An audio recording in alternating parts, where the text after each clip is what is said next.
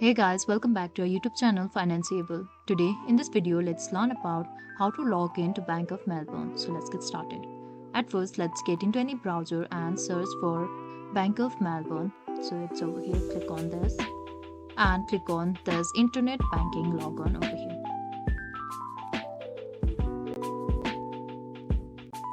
Now simply enter your card or customer access number. And if you have forgotten it, click on forgotten. And now enter your issue number. Now enter the security number. And now finally enter your internet password.